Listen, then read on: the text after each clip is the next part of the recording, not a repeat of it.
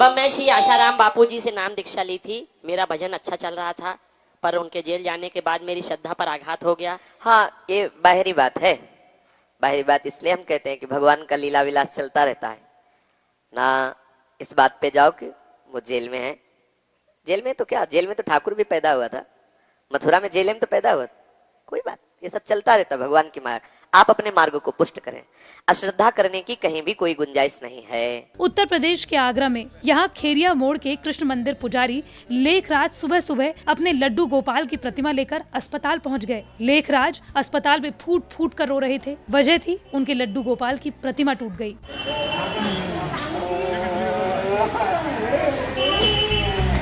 दरअसल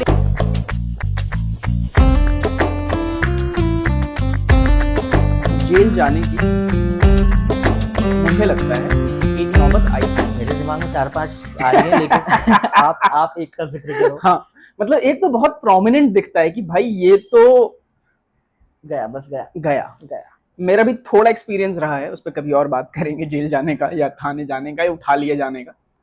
एक बहुत बड़े योगी हैं, साधु हैं, जो इंडिया में प्रवचन देते हैं। उस पर आपका उनकी कोई बात थी, उस पर आपने एक वीडियो बनाया और उस पर बहुत सारा हेट कमेंट आया। प्रेमानंद जी महाराज, मैं सही नाम ले रहा हूँ जी? प्रेमानंद जी महाराज। प्रेमानंद जी महाराज। क्या वाकया था पूरा? क्या हुआ था, ऐसे मेरे सामने एक वीडियो आई थी एक बाबा की, तब तो मैं नहीं जानता था कौन से बाबा। उनकी वीडियो आई और उस वीडियो में वो भक्त से बात कर रहे हैं और भक्त उनसे पूछ रहा है कि बाबा जी, मेरी आस्था, मेरी श्रद्धा आसाराम बापू में थी, मगर अब वो जेल में चले गए, जिससे मेरी आस्था पर ठेस पहुंच गई है, मैं अब क्या करूं? और उस भक्त को उन्होंने जवाब दिया कि क्या हुआ, जेल में तो कृष्ण भी थे, जेल में तो गॉड भी थे, तो आपको अपनी आस्था को कम नहीं करना है, अपनी आस्था को बिल्कुल भी चोट नहीं पहुंचानी है। वो हो गया उनके साथ कुछ बुरा। उन्होंने ये नहीं कहा कि उन्होंने कुछ बुरा किया, उनके बारे में, आसाराम जी के बारे में बाबा जी ने कुछ नहीं कहा, कुछ भी बुरा नहीं कहा। उल्टा उन्होंने ये कहा कि हमारे गुरु जो हैं, वो आसाराम जो हैं, वो हमारे राम के समान है। अच्छा। तो चूंकि मैंने आपको बताया कि मुझे कहानियों से बहुत ज़्यादा प्यार है, और जिन कहानियों से आपको प्यार है उनके कैरेक्टर से भी आपको थोड़ा सा प्यार होता है, तो मुझे लगा यार एक रामायण जैसा एपिक, उसमें राम जी जो हैं, उनका एक कैरेक्टर लोगों के दिमाग में कुछ है, मर्यादा पुरुषोत्तम। हाँ, लोगों के दिमाग में उसकी कुछ वैल्यू है, तो उसे अलग तरीके से समझाया जा सकता था। इस तरीके से नहीं बोलना चाहिए था। ये बहुत ज़्यादा गलत बात है कि रेपिस्ट को आप गॉड से कंपेयर कर रहे हैं। मुझे वो बात बहुत ज़्यादा बुरी लगी। और उस दौरान मैंने उनकी कुछ वीडियोस देखी थी जो मुझे अच्छी लगती थी, क्योंकि वो शायद लोगों को बस ऐसी मोटिवेट करते थे या पॉजिटिव बातें बताते थे। तो मुझे लगा ठीक है, एक बाबा जी हैं, वो लोगों से पॉजिटिव बातें करते हैं, बहुत बढ़िया है, बहुत अच्छा है।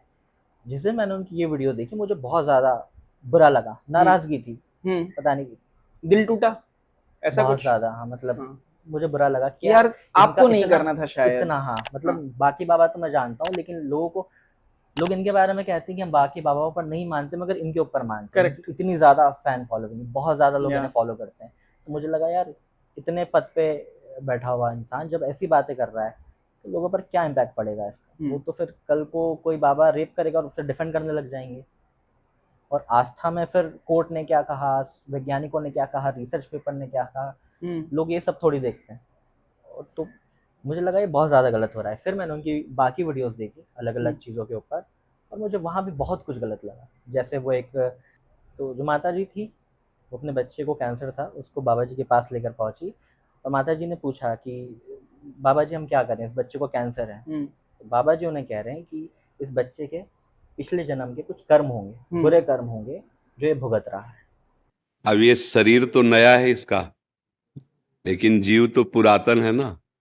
अब कौन सा कर्म आके, अब भगवत लीला है, उस पर किसी का कोई अधिकार नहीं हो सकता। अब जैसे अब हम लोग ये देखकर दुखी होंगे ना कि यार इस बच्चे ने क्या पाप किया है, लेकिन सच्ची मानो, मंगल भवन भगवान के दरबार में अन्याय नहीं। अगर इसका कर्म आपको टीवी में जैसे दिखाया जाता है ना, वो अगर सामर्थ्य हो दिखा दे कि इस कर्म के परिणाम, तो आप कहोगे अवश्य अवश्य ऐसा ही होना चाहिए। बस वो बात भी मुझे बहुत बुरी लगी कि छोटे बच्चे के दिमाग में आप क्या डाल रहे हो, कि उसको कैंसर हुआ, या उसका फ्रैक्चर हो गया उसको, या उसका एक्सीडेंट हो गया, कुछ भी उसके साथ बुरा हुआ है, तो ये वो डिजर्व करता है। ये उस बच्चे को पता चलेगा तो उसकी साइकी पर क्या असर पड़ेगा, और वो दुनिया को कैसे देखेगा। वो जब भी कहीं पे कुछ बुरा देखेगा, वो यही सोचेगा कि अच्छा, इस इंसान के पिछले कर्म होंगे। तो ये दुनिया को देखने का बहुत ही फ्लॉड और बहुत ही मुझे घटिया तरीका लगा। इसलिए मैंने उनकी कुछ वीडियोस निकाली यहाँ वहाँ से और उसके ऊपर रिएक्ट करके एक वीडियो बनाई। वीडियो अपलोड कर दी, फिर क्या हुआ, वीडियो बहुत सारे लोगों को बहुत पसंद आई और वीडियो थोड़ी वायरल होने लगी। मतलब मेरे चैनल के हिसाब से तो उस पर ज़्यादा व्यूज़ आ रहे थे, 20-30,000 कुछ व्यूज़ थे ओके मेरे सब्सक्राइबर्स के हिसाब से, और रिस्पॉन्स भी बहुत अच्छा आ रहा था।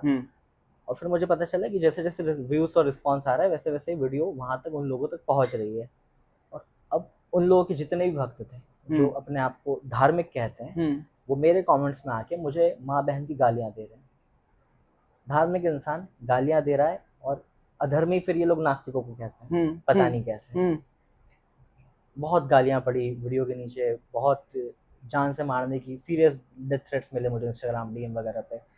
और फिर उन लोगों ने ऐसे कैंपेन चलाया, अलग अलग सेलिब्रिटीज़ के पास मेरी क्लिप कट करके भेजी। अच्छा, हाँ, मतलब पूरी वीडियो तो नहीं, उन्होंने कुछ क्लिप्स कट की अलग से जहाँ मैं कुछ डिसएग्री कर रहा हूँ अलग तरीके से। क्या है कि मैं वीडियोस लोगों को थोड़ा सा एंटरटेनमेंट डाल के बनाता हूँ। वो एंटरटेनिंग वीडियो बनाने में मैंने कुछ जोक्स बाबा जी पर या अलग अलग चीज़ों पर किए, जो मैं हर वीडियो में करता हूँ। उनसे पर्सनल मेरा कुछ भी नहीं है। वो उन लोगों को समझ नहीं आया, उनको बहुत ज़्यादा बुरा लगा, उन लोगों ने ये सब कमेंट्स किए और फिर उन लोगों ने कैंपेन चलाया है, सेलिब्रिटीज़ को टैग किया और बड़े बड़े सेलिब्रिटीज़ थे कुछ इंस्टाग्राम इन्फ्लुएंसर्स वगैरह, उन लोगों ने अपनी स्टोरी पे लगाया मेरे चैनल का लिंक जी, इंस्टाग्राम का लिंक वगैरह, और पूरा प्रोसेस दे के रखा है उन लोगों ने उनके भक्तों को कि वीडियो को जाके रिपोर्ट करना, देखना मत, क्योंकि देखने से फिर व्यूज़ बढ़ जाएंगे। खैर ये रीज़न नहीं होगा, मेरे ख्याल से रीज़न ये होगा कि भक्त देखोगे तो इन्फ्लुएंस हो जाओगे ना आप, आपको सच्चाई पता चल जाएगी शायद। भक्त जब देखेंगे कि उनके बाबा जी ने ये ऐसी बात भी कही है, तो फिर उससे, और हुआ मेरे पास ऐसा कि बहुत सारे उनके भक्त आए और उन्होंने मुझे आके कहा कि भाई मैं इनका भक्त हूँ, लेकिन बात आपने सही बोली, आप सही कर रहे हो। कितनी अच्छी बात है ये। बहुत सारे फॉलोअर्स, बहुत सारे सब्सक्राइबर्स मेरे उनकी तरफ से आए। उन्होंने वो सब चलवाया और फिर मैंने उनकी वीडियो यूज़ की थी, क्लिप यूज़ की थी छोटी सी, बहुत सारी वीडियोस यूज़ की थी। उन्होंने पूरी कोशिश की और उनकी जो मेन चैनल था उससे मुझे कॉपीराइट स्ट्राइक दी।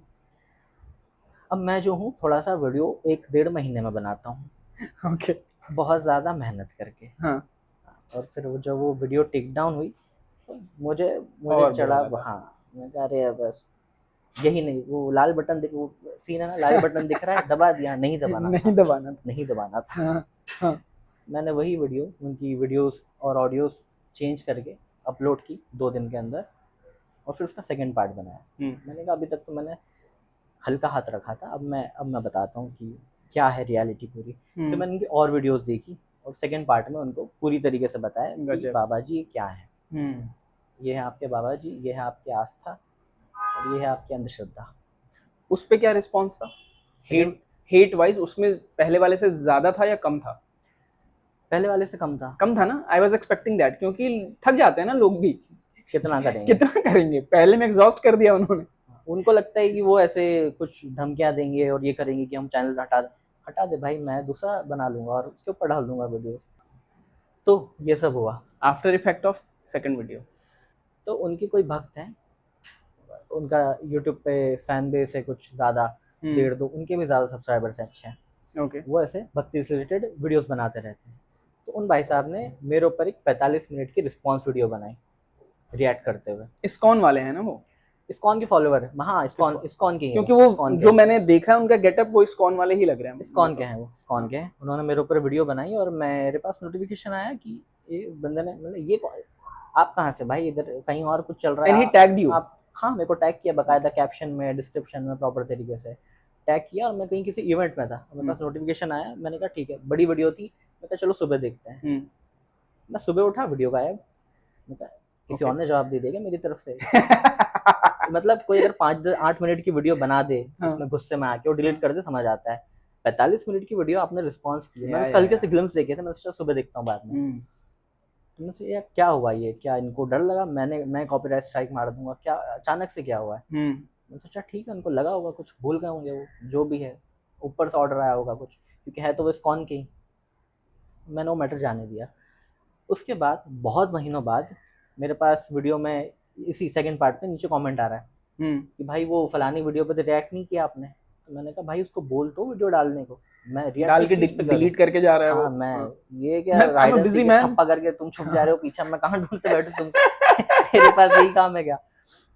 मैंने उसको बोला भाई कहाँ है वीडियो, तो मैं रिएक्ट कैसे करूँ? हाँ। तो उनके फॉलोअर्स ने मुझे उस वीडियो की लिंक दी, मैंने लिंक ओपन की, मुझे पता चला भाई ने वीडियो डिलीट नहीं किया है, भाई ने वीडियो अनलिस्ट करके रखा है। ओह, मतलब वो ताकि वीडियो इंटरनल सर्कुलेशन हो सिर्फ।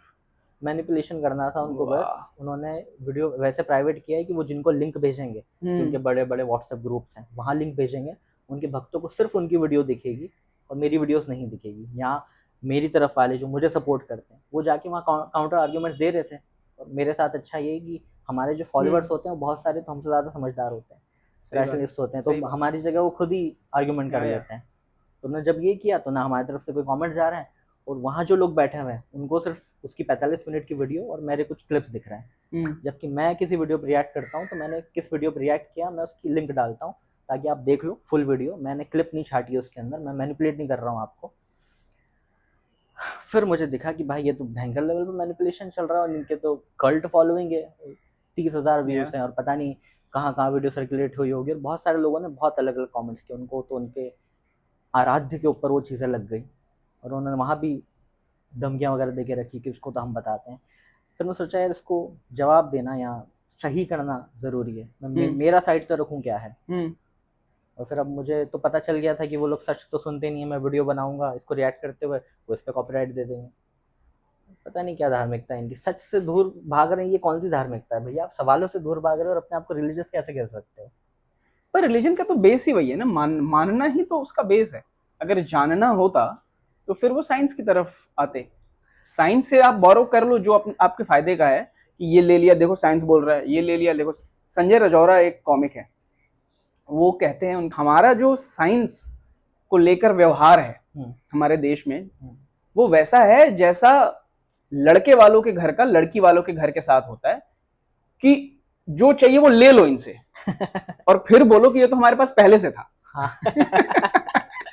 तुमने फ्रिज ले ली, गाड़ी ले ली, सारा सामान ले लिया, बोला हाँ ये तो हमारे पास पहले से था, हड़प लिया सब कुछ। और जहां और बहुत कन्वीनियंटली, जहां पे मेरी बहुत बात होती है लोगों से, अपने फ्रेंड्स में भी, फ्रेंड सर्कल में, और मतलब मुंबई में भी बहुत है। मतलब आपको लगेगा मैं तो 90s के बिहार में बड़ा हो रहा था, और मुझे लग रहा था यार हम लोग कितने पिछड़े हैं, जो आसपास मुझे दिख रहा था, क्योंकि हाथ में कुछ किताबें लग गई थी ना, तो आपको पता है कि शेक्सपियर नाम का कोई आदमी हुआ करता था, टैगोर हुआ करते थे, यू नो, तो आपको दुनिया के बारे में थोड़ा बहुत एक आइडिया मिल रहा है कि कैसी बातें हो रही हैं बाहर।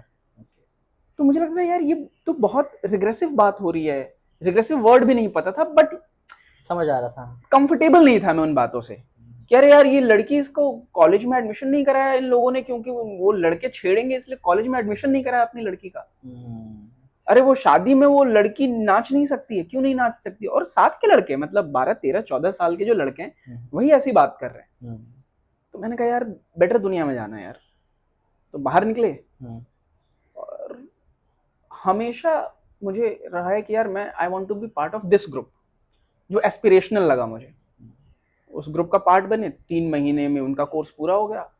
मैंने लगा यार ये भी वही बकवास कर रहे हैं यार इनकी पैकेजिंग अलग है पर बातें तो सेम कर रहे हैं। पैकेजिंग थोड़ी अच्छी मॉडर्न है।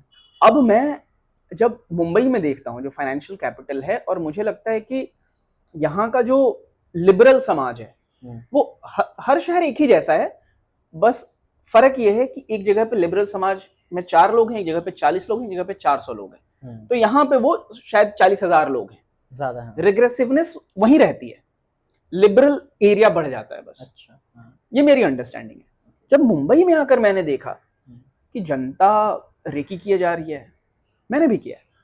आई have been part of those groups and I have realised, and surprisingly ऐसा ही एक सवाल कि अगर एक बच्ची का पिछले आप कर्मा की बात करते हैं और पिछले जन्म में के कर्मा की बात करते हैं, और इस जन्म में 3 साल की बच्ची का अगर रेप हो जाता है तो उसको आप कैसे जस्टिफाई? तो मुझे यही मिला कि पिछले जन्म में तो वो रेपिस्ट रही होगी, वो दरिंदा रही होगी, हैवान रही होगी, और ये हर जगह ये बहुत, और पता नहीं लोगों को दिखता नहीं है।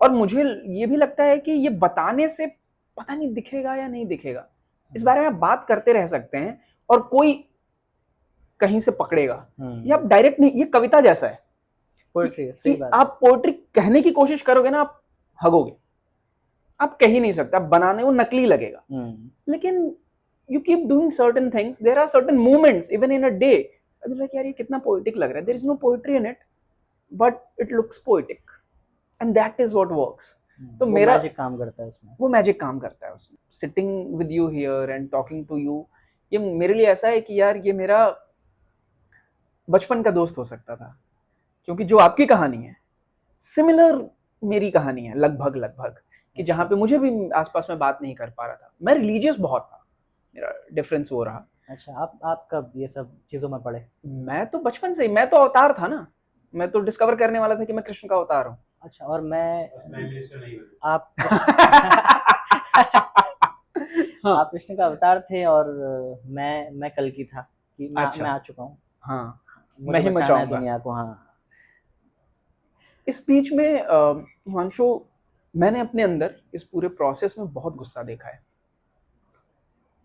एक टाइम पे जब मैं बॉम्बे आया भी था, जब आया मैं, और उस टाइम पे जब कोई मुझसे सैंपल मांगता था कि यार कुछ लिखा है तो भेजो, मेरा एक ब्लॉग था छोटा सा, अभी भी है, लिंक भेज देता था, लोग पढ़ते थे और बोलते थे यार गुस्सा बहुत है तुम में। तो मैंने कहा oh, is this the reason I am writing? फिर लोग मुझसे पूछा कि यार तुम लिखते क्यों, तो मैंने रिपीट कर दिया, मैं गुस्सा लिखता हूँ। अब लगभग 10 साल बाद मेरे रीजन बदल गए हैं, उस पर हम बाद में आएंगे, लेकिन गुस्सा बहुत था रिलीजन को लेकर, शायद इनजस्टिस को लेकर, शायद मेरे खुद के रिप्रेशन को लेकर, ये क्या फालतू बात कर रहा है, ऐसे बात जरा देख के तो बात करो कि इनके सामने तो ऐसे तुमने बोल दिया, ये बड़े हैं तुमसे। ओके। आपकी जर्नी में ये गुस्सा मुझे थोड़ा सा दिखता है, क्योंकि मुझे भी लगता है कि गुस्से का ट्रेट है कि भाई गुस्सा है बहुत मामला, कि मैं जोक मार रहा हूं, लेकिन जोक इसीलिए मार रहा हूँ मैं कि वो गुस्सा ना दिखे। हाँ, या क्योंकि तमाचा नहीं मार सकता, इसलिए मैं जोक मार रहा हूँ। मेरी अप्रोच ही वही है कि अब मुझे बिल्कुल भी कोई कहता है ना कि ठीक है लोगों को रिलीजन की जरूरत है, अभी लोग उतने परिपक्व नहीं हुए हैं, मुझे लगता है रिलीजन छोटे बच्चों का खिलौना है। ओके। और हमारी जो सिविलाइजेशन है, मानव सभ्यता है, वो बड़ी हो चुकी है, उसे उस खिलौने को छोड़ देना चाहिए। तो मुझे उस बात से बहुत ज़्यादा नाराज़गी कि रिलीजन को लेके जो आपको और मुझे बहुत सारी चीज़ें दिखती हैं कि ये सिर्फ रिलीजन की वजह से हो रहा है, ये सिर्फ अंधविश्वास की वजह से हो रहा है, और लोगों को वो डिफरेंस भी समझ नहीं आता। लोग बोलते हैं कि नहीं हम अंधविश्वासी नहीं है, हम लोग तो विश्वास करते हैं, हमारी आस्था है। We are not religious but we are spiritual. कुछ बहुत ज़्यादा डिफरेंस नहीं है उसमें। उसमें डिफरेंस इतना है कि आप अंधविश्वास उन चीज़ों को कह रहे हो जिनसे बुराइयां होती है। रिलीजन को अगर मैं 2 पार्ट में सिंपली बताऊं तो उसमें बहुत ज़्यादा है बेवकूफ़ियाँ और बहुत ज़्यादा है बुराइयाँ। ठीक है। मेरा मकसद फ़िलहाल ये है कि हम बेवकूफ़ियों को फ़िलहाल छोड़ सकते हैं। बहुत सारे रिचुअल्स वगैरह हैं जिन पे लोग काउंटर करते रहते हैं कि इस पे ये क्यों चढ़ा दिया, उस पे वो क्यों चढ़ा दिया, उस पर बहुत बाद में डिबेट कर सकते हैं। बहुत सारी चीज़ें, फूड, पैसा वेस्ट होता है, वो मुद्दा नहीं है। बेवकूफ़ियों को बहुत बाद में हैंडल किया जा सकता है। रिलीजन से बहुत सारी बुराइयाँ हो रही हैं, उनसे लड़ना ज़रूरी है, उनको टैकल करना ज़रूरी है। Counter question, devil's advocate. बिल्कुल। मेरे कई रिलीजियस दोस्त हैं, और वो जैसे मैं क्लेम करता हूँ कि हाँ मैं एथिस्ट हूँ, एक साइड है मेरा जो एथिस्ट है, वो क्लेम करते हैं कि हाँ यार हम तो मानते हैं, हम हैं रिलीजियस, स्पिरिचुअल भी नहीं बोलते, रिलीजियस बोलते। और मेरी ये बात हो रही थी and it was a healthy discussion with a friend. मैंने बोला यार रिलीजन वॉर तो करता है यार, वॉर की वजह है दे। और उस दोस्त ने मेरे सामने कई सारे वॉर रखे, एग्जाम्पल्स दिए। हाँ, और क्लियरली मुझे दिख रहा था कि हाँ यार इसमें तो रिलीजन नहीं है। जो हिटलर ने किया रेस की बेस पे किया, रिलीजन के बेस पे नहीं किया। तो क्या सिर्फ रिलीजन को बोलना कि यार नहीं रिलीजियस नहीं होना चाहिए, या लोगों को रिलीजियस उस नजर से मत देखो कि ये नफरत फैलाता है? I want to know your point of view on this. बहुत अच्छा टॉपिक निकाला आपने। इससे मुझे याद आया कि एक बहुत बड़ा विलन जो दिखता नहीं है मगर वो है एथनोसेंट्रिज्म। ये एक्सप्लेन करेंगे आप? अपने कल्चर, जहाँ आप पैदा हुए हो, वहाँ के जो कल्चर है, वहाँ के जो ट्रेडिशंस हैं, उनसे आपको कुछ ज़्यादा ही प्यार है। इतना ज़्यादा प्यार है कि आप दुनिया के बाकी कल्चर और ट्रेडिशंस हैं उनको आप नीचा दिखा रहे हो। एक प्यार ये होता है कि मेरा देश महान है और बाकी के देश भी बढ़िया है, और इसमें एक प्यार ये होता है कि मेरा देश महान है और बाकी के सारे देश घटिया हैं। हमको ये सब हिंदुस्तान कुछ जिंदाबाद पता था, था, हाँ, जिंदाबाद। हमारे यहाँ सबसे अच्छा खाना बनता है, हम हम्म। ही सबसे प्रोग्रेसिव, हम ही सबसे अच्छे कपड़े पहनते हैं। जी। तो एथनोसेंट्रिज्म में क्या होता है कि आपको बहुत सारे लोग दिखेंगे सोशल मीडिया पे अभी इस वक्त तो जो रिलीजियस नहीं है, उन्हें आप अगर उनका लाइफ देखोगे तो हो सकता है वर्शिप नहीं कर रहे गॉड को, वो रिलीजियस बुक्स नहीं पढ़ रहे, लेकिन वो अपने कल्चर और ट्रेडिशन को लेके एकदम रिलीजियस इंसान की तरह ही एक्टिव रहते हैं। हाँ एकदम, उन्होंने अपने कल्चर ट्रेडिशन को रिलीजन बना लिया है और इसके कारण वो सेम हेट्रेड फैलाते हैं जो रिलीजन से फैलती है।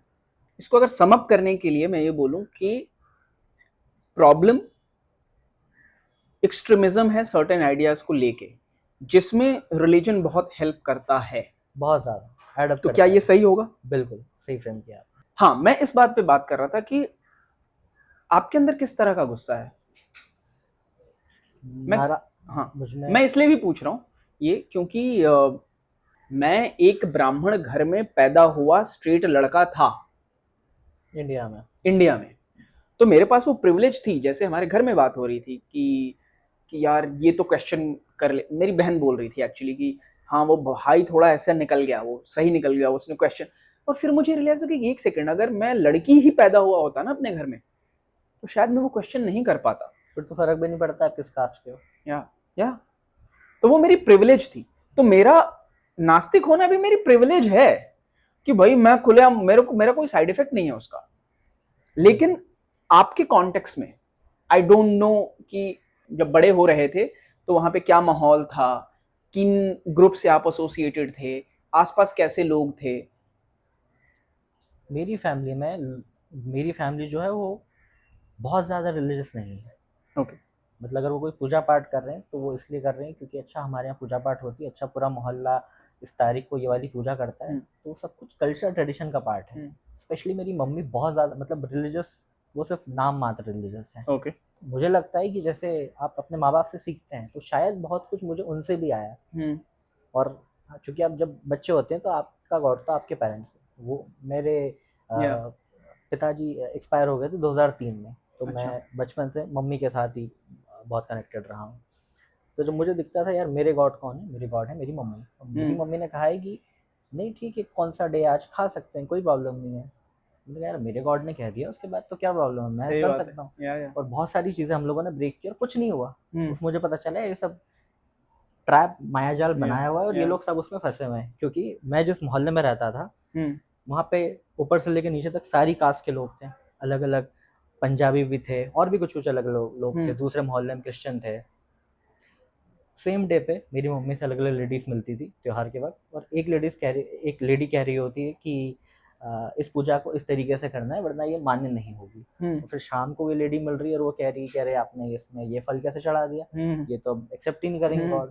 फिर अगले दिन सुबह कोई लेडी बात कर रही है, अच्छा आपने पूजा की थी तो वो कर लिया था उसके पहले। मम्मी कह रही नहीं, तो वो कह रही फिर तो कुछ होगा ही नहीं। तब मुझे समझ में आया ये तो चल रही है बस आपस में खेल रहे हैं, धांधलेबाजी चल रही है, इसमें कुछ भी एसेंस नहीं है। मुझे लगता है कि जैसे आप एथिस्ट बनते हो ना, मतलब आपको जब ये, मैं इसको एक टाइप का एनलाइटमेंट बोलता हूँ कि अगर आप एथिस्ट हो तो एक टाइप का एनलाइटमेंट है वो इसलिए बोलता हूँ क्योंकि जब आप एथिस्ट होते हो तो फिर आप फेमिनिस्ट हो जाते हो।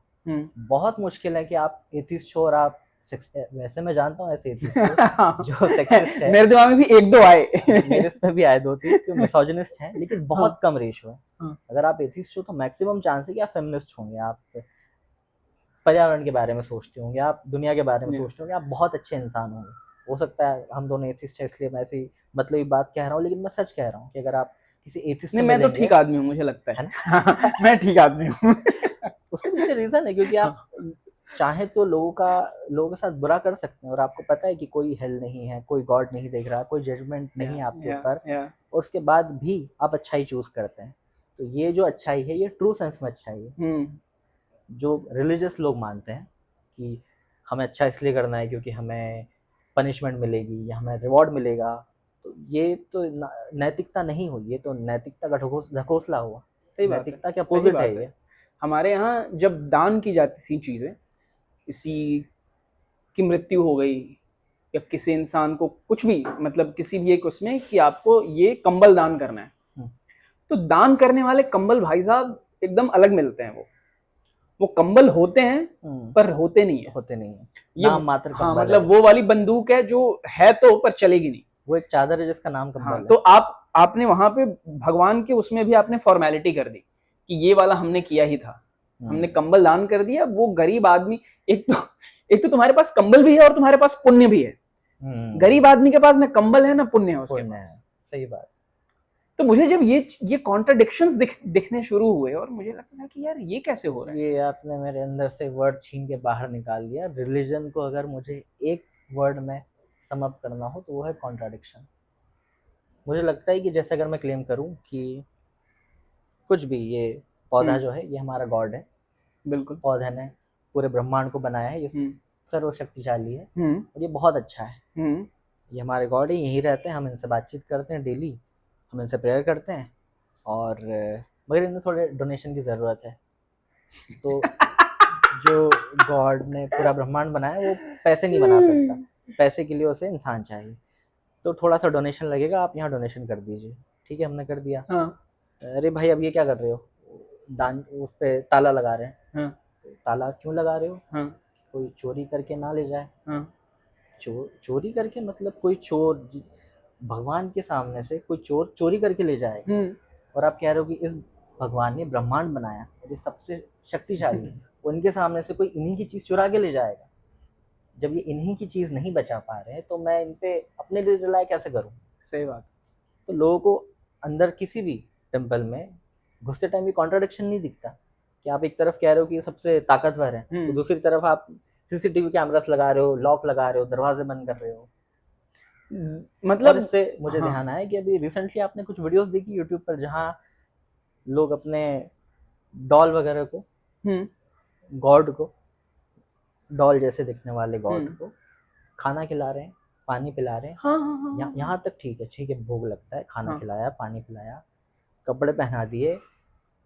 उसके आगे बात ये जा रही है कि वो उसके उनके डायपर चेंज कर रहे हैं, अब वो उनको थर्मामीटर लगा रहे हैं और वो उनसे बातें कर रहे हैं जैसे कि अरे इन गॉड ने वहाँ देखा, इन्हें बाहर जाना है, मैं घुमा के ले आता हूँ। इसके आगे बात ये हो रही है कि अगर गलती से उनके हाथ से गिर जाए तो वो रोते हुए उसे हॉस्पिटल की तरफ लेके जा रहे हैं कि डॉक्टर साहब हमारे गॉड का इलाज कर दो। ये सॉरी पर हो सकता है कुछ लोग ऑफेंड हो जाएं, पर ये मेंटल इलनेस की तरफ जा रहा है मामला। बिल्कुल, ये सीधा, ये क्लियरली, ये किसी भी आप साइकियाट्रिस्ट से अगर बात करेंगे तो वो बोलेगा कि बाबा ये हेलुसिनेट कर रहे हो। मतलब बहुत ज़्यादा प्रॉब्लमेटिक है और ये छोटे छोटे बच्चों को ये सिखाया जा रहा है। मैं तो अभी एक और ट्रेंड दिख रहा है कि छोटे छोटे बच्चों का इस्तेमाल किया जा रहा है, मैं बोलूंगा, और उन बच्चों को अटेंशन मिल रही है, उनके इनोसेंस का, तो उनकी क्यूटनेस का, वो भी एक्टिंग कर रहे हैं। हाँ, बहुत शॉर्टकट आइडिया है ना कि इतने सारे लोगों को जिसमें मानते हैं उन्हें वही आइडिया बेच दो, आप सेलिब्रिटी हो जाते हो। तो सेलिब्रिटी से मुझे याद आया कि रिसेंटली मैंने एक रील बनाई थी, उसमें मैंने बताया था कि यार जो बाबा जी हैं, साधु संत वगैरह हैं, वैसे दुनिया भर को ज्ञान बांट रहे हैं कि मोह माया से दूर रहो वगैरह वगैरह। करेक्ट। और फिर कहीं दूसरे पॉडकास्ट में जाके वो बोल रहे हैं कि जैसे ही पहला आईफोन आता है, सबसे नया वाला जो लेटेस्ट आता है, वो आईफोन मुझे चाहिए। ये बागेश्वर है, मेरी जिद है।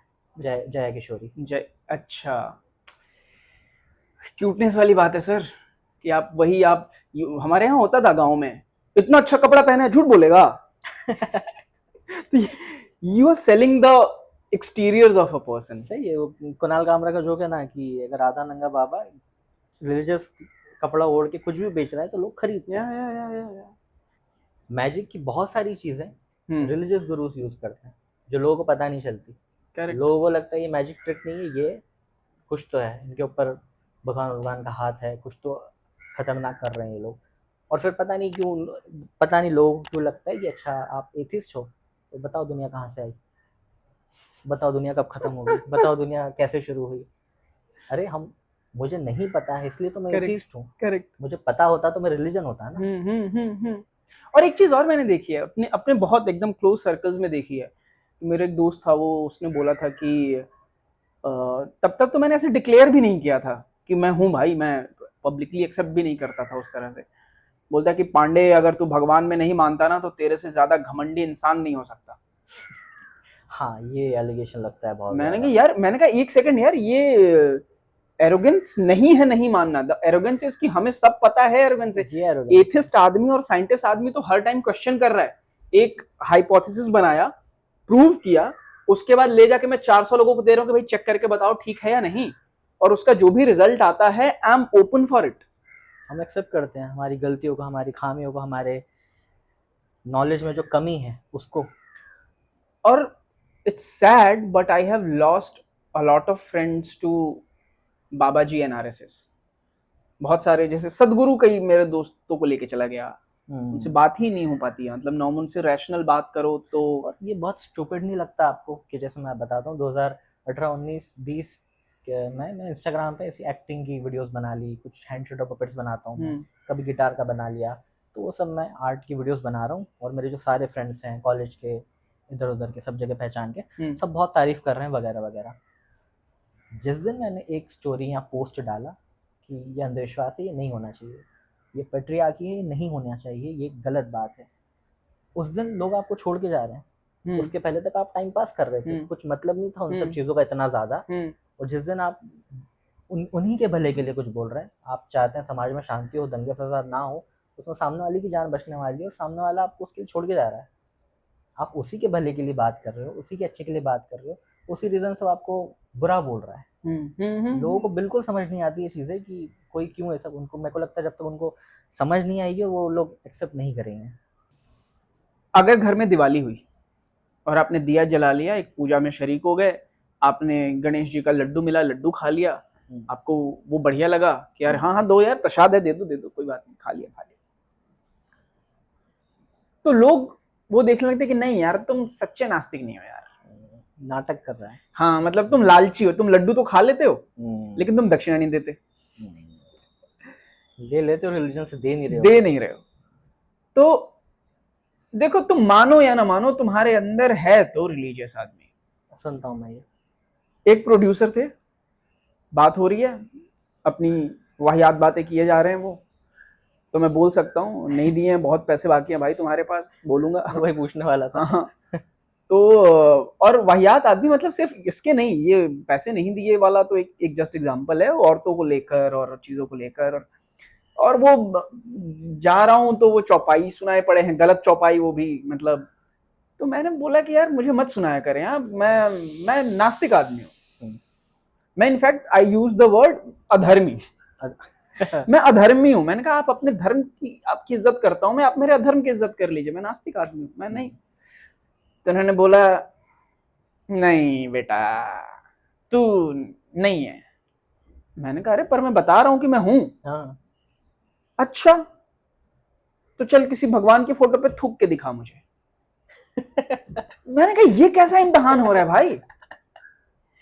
खतरनाक। और ऐसे ऐसे बहुत सारे लोग करते हैं कि नहीं तू अगर तू नहीं मानता है ना तो ये करके दिखा, अगर तूने कर दिया, अगर तूने नहीं किया मतलब तुझे डर लग रहा है कि भगवान है और तुझे,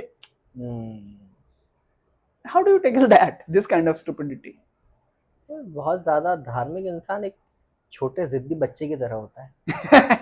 मैं जो खा रहा हूँ वो खाओ, मैं जो पहन रहा हूँ वो पहनो, मेरे खिलौने के साथ मेरे ही साथ खेलो, उस बच्चे के साथ मत खेलो।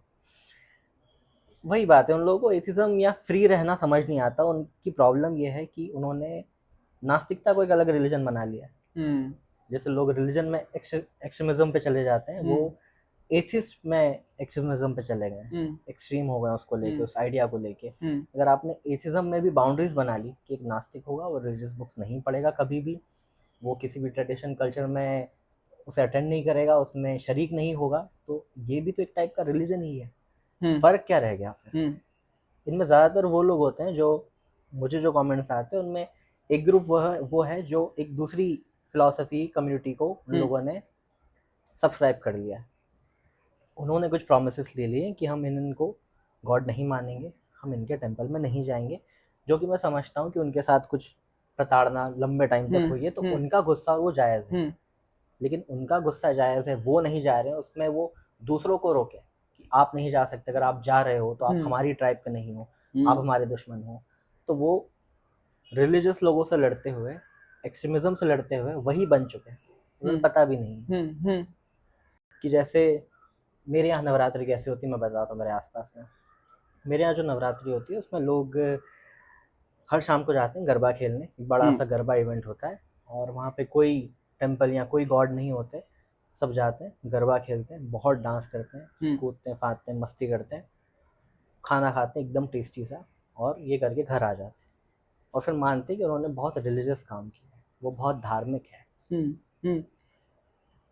अच्छा म्यूज़िक, डांस करना, अच्छा खाना, लोगों से मिलना, ये आप करते हो फेस्टिवल में और करते हो पार्टी में, नाइट क्लब में। उनको नहीं समझ आता कि वो पार्टी करके आए हैं या इस टाइप की मस्ती करके आए हैं, उसको वो रिलीजन और धर्म बोल रहे हैं और फिर बोल रहे हैं कि हमने ये किया था और हमको बड़ा मज़ा आया। आप पार्टी में जाके करते तो आपको बड़ा मज़ा आता। यही रीज़न है कि बहुत सारी लेडीज़ जो आपको ग्रुप इकट्ठा करके वो उनका कुछ तो चल रहा है बॉलीवुड सॉन्ग्स के तर्ज पर जो रिलीजन के गॉड बने, उनको बड़ा मज़ा आ रहा है कि आज तो हम वहाँ गए थे और बड़ा मज़ा आया हमको वहाँ पे ये धार्मिक काम करके। आप पार्टी करके आई हैं मैडम। और वो जो भजन चल रहे होते हैं, बहुत सारे भजन, एक भजन चल रहा था कि, और उसमें मुझे एग्जैक्टली याद नहीं पर मुझे धुन याद है, तू चीज बड़ी है मस्त मस्त के ट्यून पे पूरा भजन चल रहा है। बहुत बार ऐसा होता है ना, आपने बहुत सारे बड़े बड़े एथिस्ट को सुना होगा कि वो नास्तिकता के बाद रिलीजन की बात करते हैं या रिलीजियोसिटी की बात करते हैं, जैसे ओशो करते हैं। तो लोगों को कंफ्यूजन होता है कि अच्छा ये एथिस्ट हुआ, इसके बाद उन्होंने गॉड को मान लिया, कि घूम फिर के तो गॉड के पास आए, रिलीजन के पास आए। करेक्ट। जबकि ऐसा है कि वो नास्तिकता के बाद रिलीजियोसिटी वर्ड को अच्छा ही बता रहे हैं, वो रिलीजन नहीं बोल रहे हैं। जब ओशो बोलते हैं कि क्या डिफरेंस है दोनों में डिफरेंस ये है कि मैं ओशो का एग्जांपल लेता हूँ, उनके पास से मिलता जुलता है क्योंकि बहुत, वो कहते हैं कि रिलीजन को एग्जिस्ट करने का कोई रीज़न नहीं है दुनिया में, रिलीजियोसिटी वो एक अलग चीज़ है। तो जब वो रिलीजियोसिटी बोल रहे हैं तो वो अच्छाई को बोल रहे हैं, ओके, महानता को बोल रहे हैं, उसको रिलीजन, उसको गॉड बोल रहे हैं। और लोग इसको अपने जो ट्रेडिशनल कल्चर रिलीजन चल रहे हैं, जो पारंपरिक धर्म चल रहे हैं, उसको इससे रिलेट कर देते हैं। जबकि वो रिलीजन अलग है, ये रिलीजन अलग है, वो रिलीजियोसिटी अलग है, ये सब ढकोसला, ये जो रिलीजियोसिटी है ये अलग है।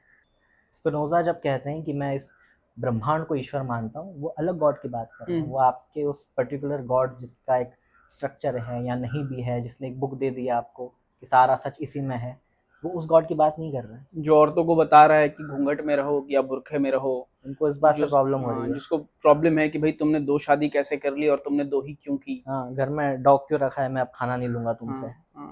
मैंने कहा ना, बहुत ज़्यादा धार्मिक इंसान एक छोटा जिद्दी बच्चा होता है, वैसे हैंडल करना पड़ता है। मेरे लिए वो लाइन ब्लर हो जाती है डिविनिटी पे। जैसे एक दोस्त से बात हो रही थी और हम लोग अंबेडकर के बारे में बात कर रहे थे, द होल द्रविडियन मूवमेंट जो चल रहा है, और अंबेडकर और ये दिखता है जैसे आप अगर बगल में जाओगे, यहाँ पे एक मंदिर है, वहां पे बहुत सारे भगवानों की, हिंदू देवी देवताओं की फोटो है और बाला साहब ठाकरे की भी फोटो है वहां पे। उस कम्युनिटी के लिए वो आदमी अब भगवान है। भगवान वही जो दर्जा है वो अंबेडकर का दलित के लिए है, दलित्स ऑफ इंडिया के लिए उन्होंने बहुत किया।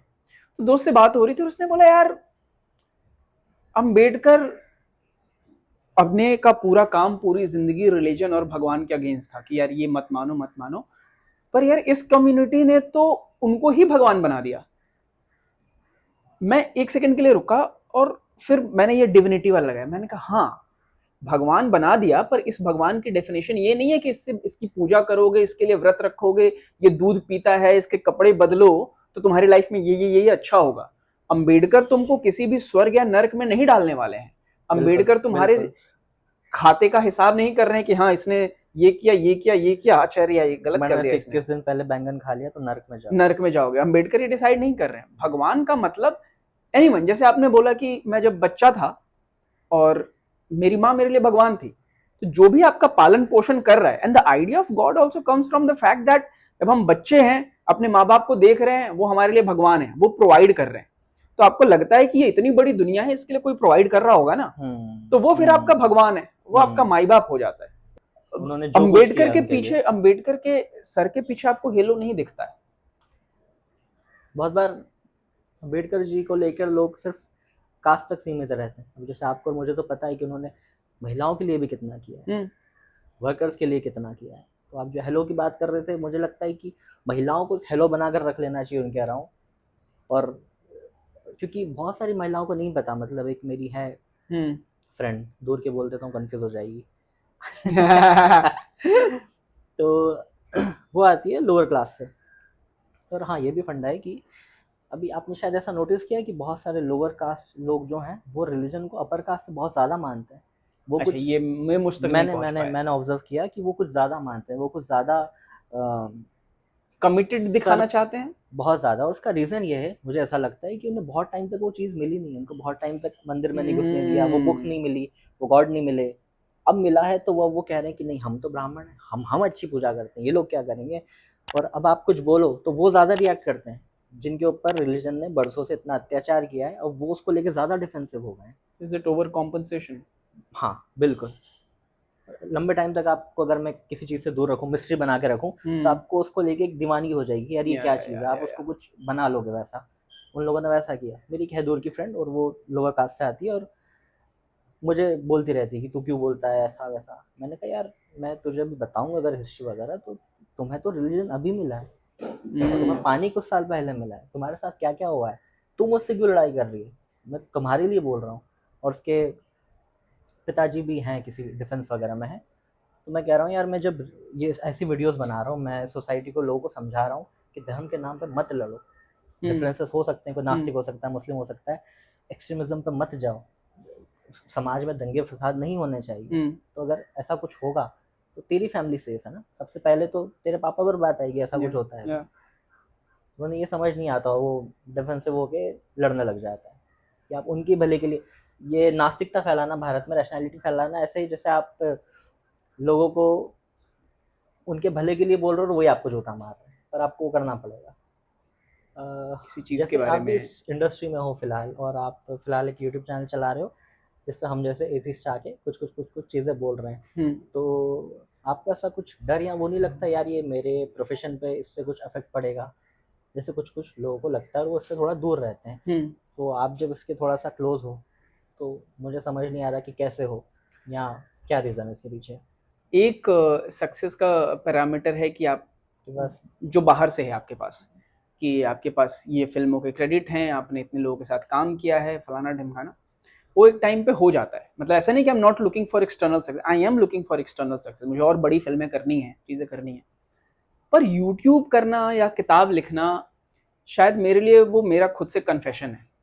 ओके। मैं कभी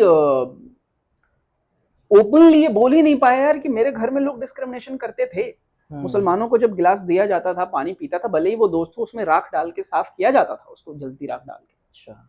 तो मेरे लिए it's a medium of self reflection and confession कि हाँ यार ये है, मैं ऐसा फील करता हूँ। अब वो बच्चा है अंदर, उस बच्चे को बोलने नहीं दिया गया, अब बच्चे के पास आई है आवाज, बच्चे ने बाहर की चीजें फील कर ली कि हाँ भाई ये तो पता है कि हाँ ये 4 चीजें हैं। बच्चे को कुछ दोस्त भी मिल गए, बच्चे को कुछ दोस्त भी मिल रहे हैं।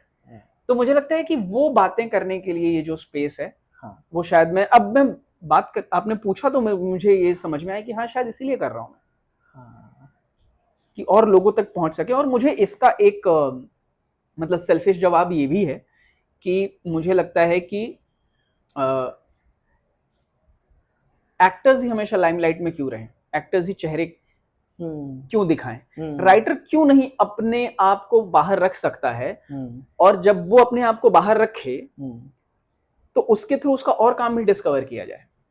जैसे मानो कौल साहब, वो भी हाँ, अरे तो उनको मैंने एज अ राइटर पहले डिस्कवर किया था, और फिर एज एन एक्टर।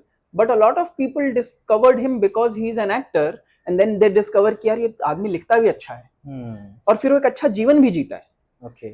तो मुझे लगता है कि वो लाइफ क्यों नहीं हो सकती यार। राइटर क्यों, एक की जो इमेज है हमारे दिमाग में कि झोला लेकर ही वो घूम रहा है, कि है कोई राइटर, हाँ, और वो टपरी पे चाय ही पी रहा है। मुझे लगता है वो टपरी पे चाय पीना चॉइस होनी चाहिए, वो मजबूरी नहीं होनी चाहिए। और ये कितनी बदतमीजी की बात है एज अ सोसाइटी कि आपने अपने राइटर्स को, जो लोग एक्चुअली सोच रहे हैं, उसकी महानता आप इस बात से आंकते हो कि वो कितने कर्जे में मरा, कितना गरीबी में जी रहा है वो, हाँ, और कितने कर्जे में मरा। बात है ये महान बात नहीं है, वो लोग ऐसे फैंटेसाइज करते हैं उसे। तो मेरी अपनी लाइफ की कोशिश ये रहती है कि मेरे पास जितने भी रिसोर्सेज हैं उसमें मैं अच्छे से जी सकूं, और आई थिंक उसी का, और बहुत सारी चीजें हैं जो मैं फिल्मों में जिसकी बात नहीं कर सकता क्योंकि स्क्रिप्ट ही वो नहीं है। वहाँ पे तो आपको हाँ, अलग से काम करना है। फिल्म में आप वो बात नहीं कर सकते, आप सर्टेन चीजों, इसलिए मैं ये स्पेस बना रहा हूँ कि अब मुझे अगर कॉफी पे बात करनी है तो अब मुझे अलग फिल्म में से- कोई मौका थोड़ी देगा यार कि आओ यार फिल्म के में स्क्रिप्ट में हम तुम्हारे लिए 10 सीन लिख देते हैं, नहीं कर सकते ना। तो मैं कॉफी पे बात कर सकता हूँ, बिल्कुल। मैं एथिज्म पे बात कर सकता हूँ। मुझे बहुत अच्छा लगा जब मैंने आपके बारे में जाना कि अच्छा आप लोगों को ऐसे बुला रहे हो, उनसे बातचीत कर रहे हो, आप भी ये सब एक्सप्रेस कर रहे हो, क्योंकि मुझे पहले थोड़ी सी नाराज़गी थी कि यार ये लोग क्या बस एंजॉय करते रहते हैं बॉलीवुड वाले, और इन सब चीज़ों के बारे में ज़्यादा बात नहीं करते, ऐसा कोई है ही नहीं। कुछ लोग मुझे गिने चुने दिखे, जावेद अख्तर साहब हैं जिनमें, नसीरुद्दीन शाह है। हाँ, मुझे ये भी पूछना था आपसे कि जैसे आप आर्ट एथिस्ट हो, तो आपकी आर्ट में वो झलकता है कहीं अलग तरीके से, कि आप प्रोजेक्ट किसी और के लिए कर रहे हो लेकिन कुछ ना झलकता कुछ तो है, पता नहीं चलता हुआ। मतलब मैं बताऊंगा नहीं किसके लिए मैंने क्या किया अभी, लेकिन मैंने एक शो मुझे लिखने को दिया गया था, और उसमें कैरेक्टर की पूरी स्पिरिचुअल जर्नी थी। ओके। तो जब भी हम स्पिरिचुअलिटी की बात करते हैं, हम डिविनिटी और उसकी बात करते हैं। भाई साहब, मुझे पता नहीं था मेरी कहानी में कार्ल सेगन आया है। दुनिया को जब पर्यावरण बचाने की बात हो रही है उस कहानी में, और जो हाँ। प्रोटैगनिस्ट है हाँ जब वो लास्ट में स्पीच देता है, हाँ तो वो कार्ल सेगन को कोट करते हुए कर रहा कहता है कि दुनिया हमें इसलिए नहीं बचानी है कि ये धर्म का काम है, ये दुनिया हमें इसलिए बचानी है क्योंकि ये पेल ब्लू डॉट, जब हम चांद की खोज में बाहर गए और जब हमने चांद से इस धरती को देखा तो हमें समझ में आया कि हम यहीं रह सकते हैं और यही एक हमारा प्लेनेट है। तो वो एक स्ट्रीक तो आ तो जाती है, मतलब वो आती है। वो मुझे लगता है कि वो पर्सनैलिटी से आप जो जीते हो, जो टच करते हो, मैं आज आपसे मिला, आपका एक हिस्सा मेरे पास रह गया। अब ये पता नहीं कैसे आएगा, लेकिन किसी दिन जब मैं कुछ लिख रहा होऊंगा और उसकी जरूरत होगी, सब कॉन्शियस मुझे बाहर आएगा वो। कई आप देखोगे कई सारे सेलिब्रिटीज बोलते नहीं है कई चीजों के बारे में, लेकिन उसके बारे में अगर कोई पोस्ट हो तो जाके लाइक कर देंगे। हाँ कि यार इसने कैसे लाइक किया यार, सो यू नो कि हाँ ये बंदा सपोर्ट तो करता है। अभी एक बहस चल रही थी कहीं एक कमेंट सेक्शन में, और बहुत वाहियात बहस थी, जो मतलब लोग बदतमीजी से बात कर रहे थे, और उसमें एक बंदा था and he was trying to do logical ऐसा डिस्कशन, और उसने गाली वाली भी दी थी, मतलब दोनों तरफ से गाली चल रही थी। तो मैंने देखा, मैंने कहा यार ये कर तो रहा है, और मुझे घुसना नहीं था उसमें, बिकॉज मुझे बहुत बहस में उस तरह से अब घुसना नहीं होता, मेरे पास और बहुत काम है। तो मैं गया, मैंने देखा कि जिसमें उसने रैशनल बात की थी, मैं बस उसके कमेंट लाइक करके आगे बढ़ गया। उसने देखा, उसने फॉलो कर लिया। तो ये भी एक तरीका है कि हम हैं, पर ऐसा नहीं है कि तुम्हारी रडार में आए। सही है। हाँ, क्योंकि हमें अपना काम करते रहना है। मुझे तो बड़ा अच्छा लगा था जब आप सामने आए, क्योंकि मुझे लगता है लोगों को अगर पता चलता है ना कि अच्छा हम एथिस्ट हैं, नहीं जावेद अख्तर साहब भी एथिस्ट है, अच्छा ये भी एथिस्ट है, अच्छा ये भी हमारे जैसा सोचते हैं, तो उनको बहुत सपोर्ट मिलता है। तो इसी के ऊपर मैंने 2 साल पहले मीट इंडियन एथिस्ट करके वीडियो बनाई थी, उसमें मैंने सेलिब्रिटीज़ को चूज़ किया था जो पॉपुलर फेसेस हैं, लोगों को पता चलेगा अच्छा ये भी हमारे बारे में सोचते हैं। और वो मेरे चैनल की सबसे पहली वायरल वीडियो थी, उसके ऊपर 1 लाख व्यू वगैरह सबसे पहले क्रॉस हुए, और मैं उसका पार्ट 3 वगैरह बनाऊंगा तो अच्छा वो मुझे एक मिल गया उसमें इंक्लूड करने के लिए। मैंने बहुत टाइम तक अपने बायो में नास्तिक डाल के भी रखा था। अच्छा। और फिर मुझे लगा कि मुझे वही जितने रीजंस दिए, मैंने कहा मुझे अपनी स्लीव्स पे पहनने की जरूरत नहीं है अभी फिलहाल, बायो में ऐसे ही कई चीजें मैं करता हूँ, जगह कम है, तो मैंने कहा ये वाला हटा देते हैं, इस पे काम ही कर लेते हैं। तो ये है, और मेरे लिए actually I think that's the word, confession is the word, कि भाई ये है। और इससे अगर किसी को 4 बात समझ में आ जाती है तो आ जाए, लेकिन मेरा कोई अभी वो मेरे अंदर नहीं है कि मैं बदल दूंगा वाला। मैं अपनी बात कहूंगा, और मुझे पता है कि कहानियों का असर शायद फैक्ट से ज्यादा रहता है, उस उम्मीद में। सोसाइटी की कहानी बहुत बड़ी चीज़ है, रिलीजन चल रहा है कहानियों पर, बहुत सारी दुनिया में चीज़ें कहानी के ऊपर ही चल रही है, और सही चीज़ है। मतलब एथिज्म, मुझे लगता है कि कुछ 8-10 रैशनलिस्ट यूट्यूबर इंडिया में एथिज्म का कुछ ऐसा क्रांति वो नहीं ला देंगे। अगर वो सोसाइटी तक जाना है तो कोई राइटर होना चाहिए जो उसके बारे में लिखे, कुछ लोग होने चाहिए जो उसके ऊपर फिल्म्स लिखें और बनाएं, और उन फिल्म्स में अगर एथिज्म पर सॉन्ग्स लिख सकें, पोइट्री हो, उसके ऊपर एथिज्म पे क्रिंज कंटेंट भी हो, स्टैंड अप कॉमेडियन। मुझे रास्ता एम्पैथी लगता है, तो ये जो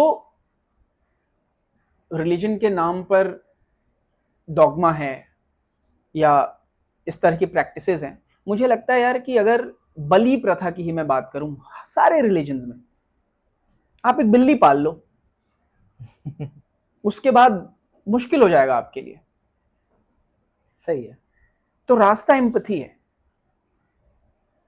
रास्ता डिग्निटी ऑफ ह्यूमन लाइफ है। अगर किसी को पता चले कि यार इस ह्यूमन लाइफ की डिग्निटी है, तो उसको माला जपने से पहले डॉक्टर के पास ले जाएगा। बिल्कुल, और आपका मकसद लोगों को चेंज करना ही है ना, लोगों को ऑफेंड करना थोड़ी है। अगर उनको चेंज ही और करना है तो मेरा मकसद वो भी नहीं है, मुझे लगता है अभी तो मैं बेईमानी नहीं करूंगा, मैं क्लियरली बोल रहा हूँ कि मुझे नहीं, मेरे लिए कन्फेशन है अभी तो। फर्स्ट एक्ट चल रहा है शायद मेरा, देखते हैं सेकंड एक्ट कब आता है। जल्दी आएगा। मुझे तो अभी मेरे दोस्त मिले हैं भाई, मुझे तो अभी बात करनी है कि यार पता है इतने दिनों से मैंने संभाले रखा, कब तक छुपाए रखा, शोला दबाए रखा, राज ये हमने अब खोला है। अपना ग्रुप, अपना ट्राइब अब मिला है। और क्या एक्सपेक्ट कर सकते हैं आपके चैनल पे अगले 1 साल में हमारे कोलैबोरेशंस के अलावा? आपकी कोलैबोरेशन के अलावा मुझे बहुत सारे लोगों ने कोलैबोरेशन का बोला था, लेकिन मुझे थोड़ा लाइव स्ट्रीम का सेटअप करना है प्रॉपर, तो मैं उन लोगों के साथ फिलहाल कर नहीं पाया। तो अब ये जैसे ही आउट जाएगा, कुछ भी एक फोटो भी बाहर जाएगा, मुझे डीएम में आने वाले कि हिमांशु भाई आपने, हम 1 साल पहले हमने आपसे बोला था और आप उधर जाके कोलैबोरेट कर रहे हैं। तो मुझे तो सबसे पहले वो टैकल करना है बहुत सारे लोगों नहीं, का। इसमें तो हमें फ्लाइट टिकट भेजनी पड़ी थी, तो उसकी वजह से ये हो पा रहा है। तो जिनको भी चाहिए अगर किसी शहर में, तो आप प्लीज हिमांशु भाई को फ्लाइट टिकट स्टे भेजें और बिल्कुल कोलैब करेंगे। मजा आया सर मुझे तो। बिल्कुल, और जैसे ही लाइव स्ट्रीम शुरू करता हूँ अपन करते हैं थोड़ा रेगुलर जी। बातचीत। जनता को बोल दीजिए कुछ, जैसा भी लगा इनको देख के, ये भाई साहब दोनों को देख के बोल हाँ। देता हूँ। ये भाई साहब जो हैं हमारे, इन्होंने हमें इनवाइट किया, घर पे बुलाया, सिर्फ शो पर नहीं, लाइव स्ट्रीम पर नहीं, बल्कि घर पर बुलाया, इतनी टेस्टी कॉफ़ी पिलाई और इतनी देर से बात की हमसे, बहुत अच्छे से, बहुत अच्छा ट्रीटमेंट दिया। और भाई का मैंने कंटेंट देखा, मुझे बहुत पसंद आया। मैं चाहता हूँ जो भी लोग मुझे फॉलो करते हैं, एक बार इनका कंटेंट चेक करें, उसके बाद मुझे लगता है आप लोग सब्सक्राइब कर लोगे, उसके बाद इन्हें सुनोगे। ठीक है, थैंक यू सो मच चलो हिमांशु करते भाई, हैं अपन। Thank you. और कॉफी पी ली मैंने, बहुत टेस्टी। पी ली? ठीक बेटा, हो गया बेटा।